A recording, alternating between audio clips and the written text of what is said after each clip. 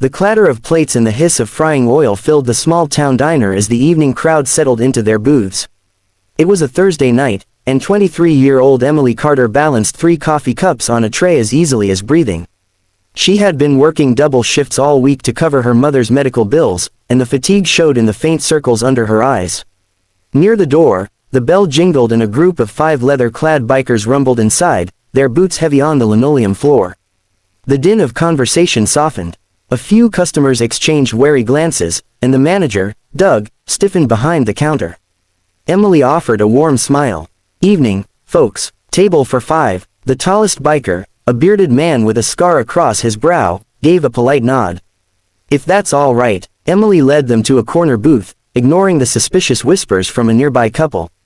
As she handed out menus, she noticed the patch on their jackets, Iron Hawks Motorcycle Club. They were known in town for charity rides and toy drives, though their rough appearance often overshadowed their reputation. Throughout the evening, Emily treated them no differently from any other customer, refilling their coffees before they asked, cracking a joke when someone dropped a fork. Their laughter was deep and genuine, and by the time she brought the check, they left her a generous tip with a note scribbled on a napkin, "Thanks for treating us like people." But when Doug tallied the receipts at closing time, his expression darkened. "Emily," he said sharply, beckoning her into the office. "Yes, what were you thinking, serving those bikers?" His voice was tight, almost trembling with irritation. "They were customers," she said, frowning. "Polite ones at that. They scare off the regulars. Families don't want to eat next to a gang. I told everyone before, no bikers." "You never said that to me," Emily replied, heat rising in her cheeks. "Well, you should have known. We can't risk our reputation. Hand over your apron, you're done here."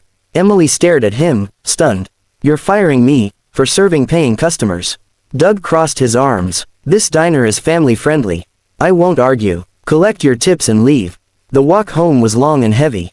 The evening air carried the scent of rain, but she barely noticed. She needed this job. Her mother's medication wasn't cheap, and the rent was due next week. Anger battled with disbelief. How could kindness cost her livelihood? The next morning, Emily woke to the sound of her phone buzzing. Dozens of notifications flooded her screen, messages from friends, tags on social media, and a voicemail from her coworker Sarah. Have you seen the news? Call me." Confused, Emily opened her social app. There, a photo of her from the night before was spreading like wildfire.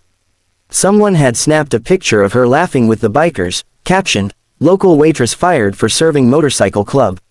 Comments poured in, many criticizing the diner for discrimination and praising Emily's professionalism. She listened to Sarah's voicemail. Apparently one of the bikers posted about what happened, and it's gone viral. "You need to see this." Heart pounding, Emily found the post.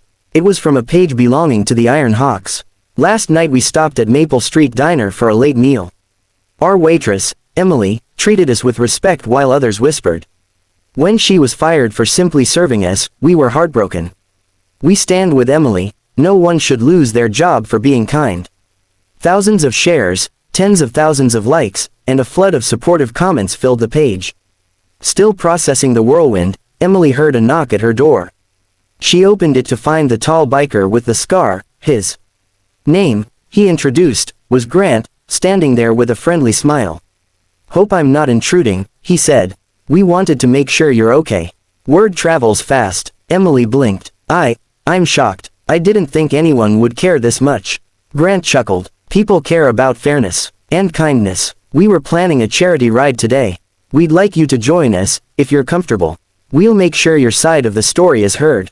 That afternoon, Emily found herself at the local park surrounded by the rumble of motorcycles and a crowd of supporters holding handmade signs, "Justice for Emily and kindness isn't a crime." Reporters snapped photos as Grant introduced her to the gathered crowd. Emily stepped forward, her voice steady despite her nerves. "I didn't think serving customers, any customers, was wrong. I believe everyone deserves respect. Thank you for standing with me." The crowd cheered. The story spread to local news stations and then to national outlets.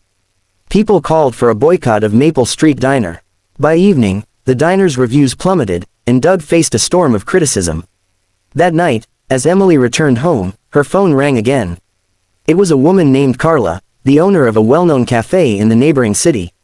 "Emily, I'd like to offer you a position at my cafe," Carla said warmly.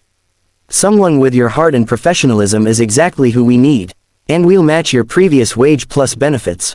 Emily's breath caught. Really, thank you so much. You deserve it, Carla replied. And if you're free tomorrow, come by, we'd love to welcome you. The following day, Emily visited the new cafe. Bright sunlight filtered through the wide windows, and the aroma of fresh pastries filled the air. Carla greeted her with a hug and introduced her to the staff, who applauded her courage. Later that afternoon, a surprise awaited outside. Grant and several members of the Iron Hawks pulled up, engines rumbling like a chorus of gratitude. They presented Emily with a signed card and a check from the donations they'd gathered during their charity ride, enough to cover her mother's medication for months. Consider this a thank you, Grant said, for treating us like human beings when others wouldn't. Tears filled Emily's eyes. I don't know what to say. Just keep being you, he said with a grin. That's enough. Weeks passed, and the Maple Street Diner eventually issued a public apology, though the damage to their reputation was done. Emily thrived in her new job, her confidence bolstered by the overwhelming support she had received. Her mother's health stabilized, and the community continued to rally around her story as a reminder of the power of simple kindness. One evening, as Emily closed the cafe, she reflected on the whirlwind of events. A single act, serving a meal without prejudice, had sparked a movement. She realized that sometimes, doing the right thing doesn't just change your life, it can inspire countless others to stand up for respect and decency. And every weekend, when she heard the distant rumble of motorcycles passing through town, Emily smiled, knowing she had friends who would always have her back.